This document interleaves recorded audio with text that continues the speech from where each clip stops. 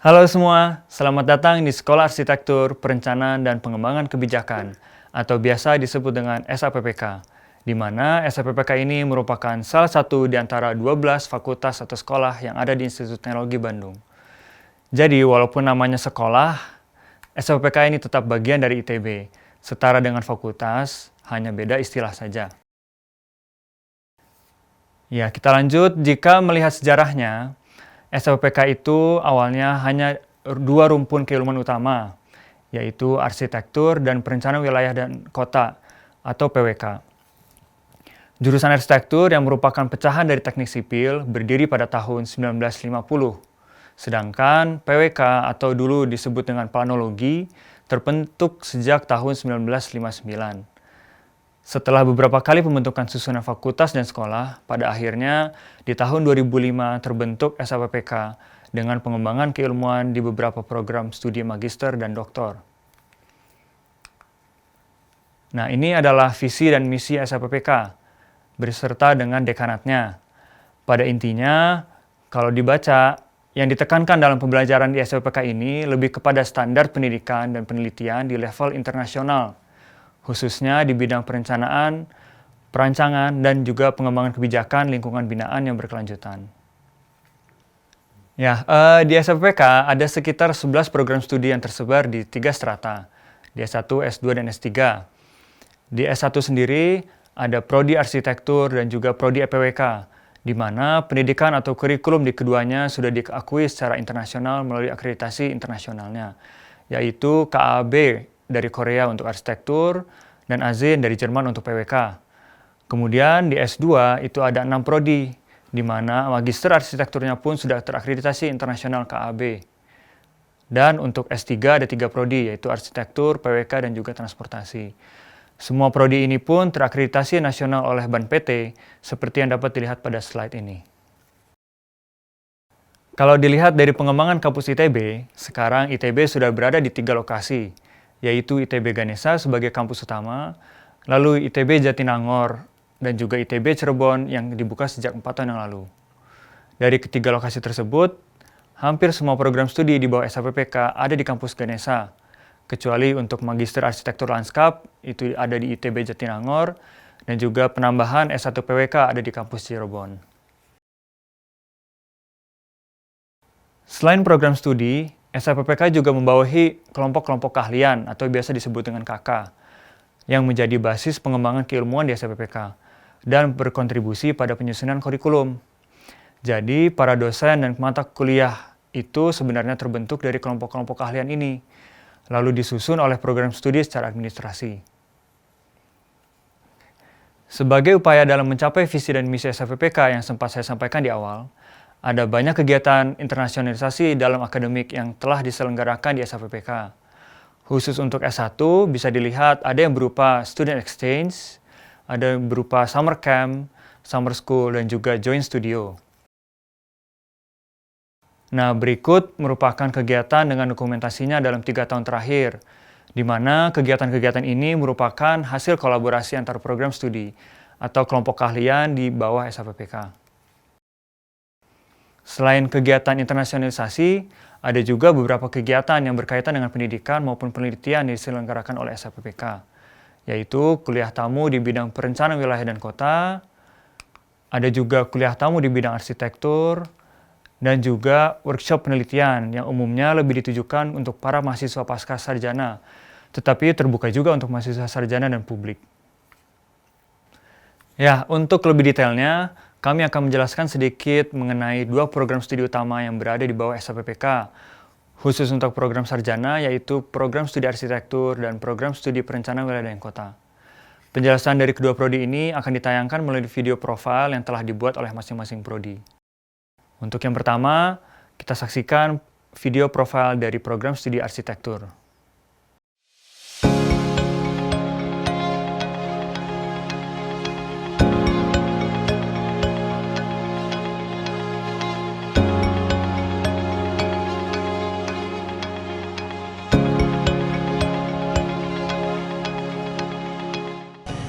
Tantangan-tantangan industri 4.0 Sustainable Development Goals contohnya adalah pemicu keniscayaan perubahan terhadap cara memberikan pengetahuan, keterampilan, dan nilai-nilai yang disampaikan dalam proses belajar mengajar.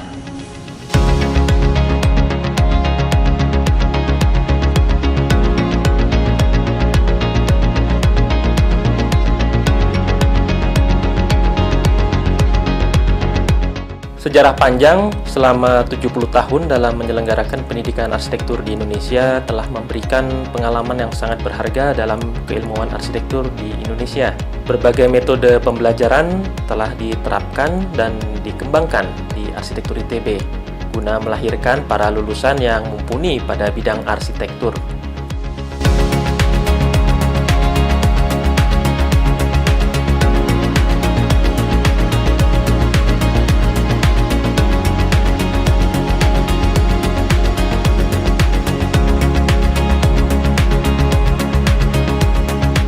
Perkembangan yang cepat di dunia membuat pendidikan arsitektur di ITB harus mampu dalam beradaptasi, responsif, dan lincah dalam bergerak dan berinovasi.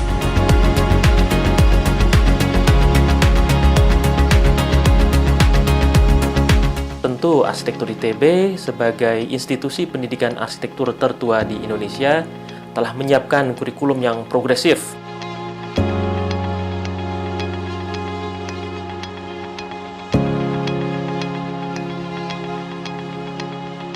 Mulai 2013 ya, arsitektur ITB menerapkan kurikulum yang merujuk capaian student performance kriteria dari Korea Architectural Accrediting Board, dan sejak tahun 2016 arsitektur ITB telah mendapatkan akreditasi internasional.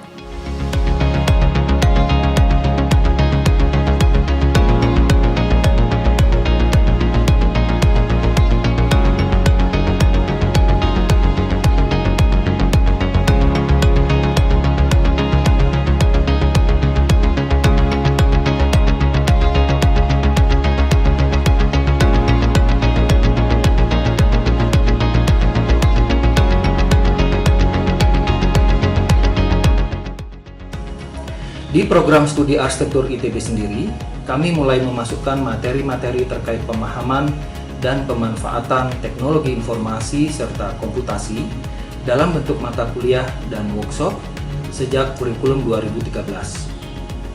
Isu-isu arsitektur digital, metode komputasional, desain parametrik, Building Information Modeling atau BIM, Big Data, Digital Fabrication, Rapid Prototyping, dan Robotika kami kembangkan sejalan dengan program-program penelitian dan inovasi di kelompok-kelompok keahlian.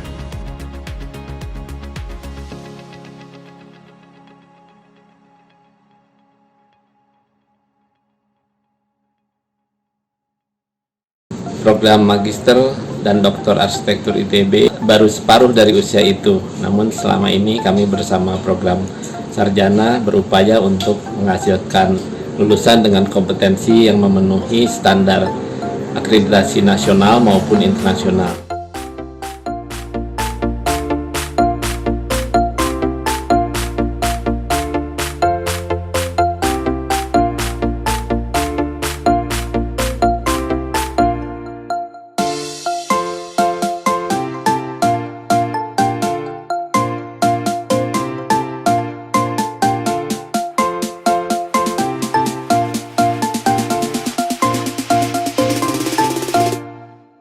Sejak awal tahun 2000-an, program studi arsitektur ITB telah mempelopori seminar internasional bertema Creative Culture dengan Artepolisnya, serta di bidang teknologi bangunan dan perumahan permukiman dengan Habiteknonya, yang tentunya diharapkan menjadi ajang dan wadah untuk semua pihak berkontribusi dan saling belajar dengan cepat dan tepat ya di zaman yang serba cepat ini.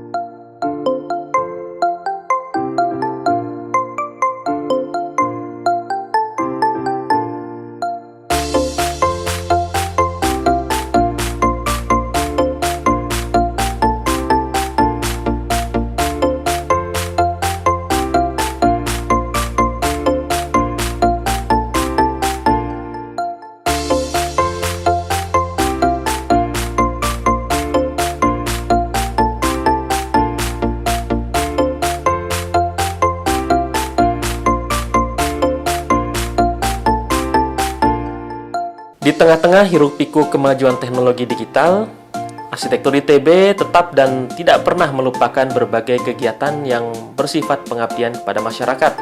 Berbagai aktivitas dan keterlibatan langsung yang dilakukan oleh para tenaga pengajar serta mahasiswa di berbagai daerah pelosok di tanah air ya, dengan menggunakan dan menerapkan teknologi sederhana mungkin ya, dan serta teknologi yang tepat guna, masih dan akan terus dilakukan guna meningkatkan kualitas hidup dan kehidupan serta memberikan manfaat ya kepada masyarakat dimanapun.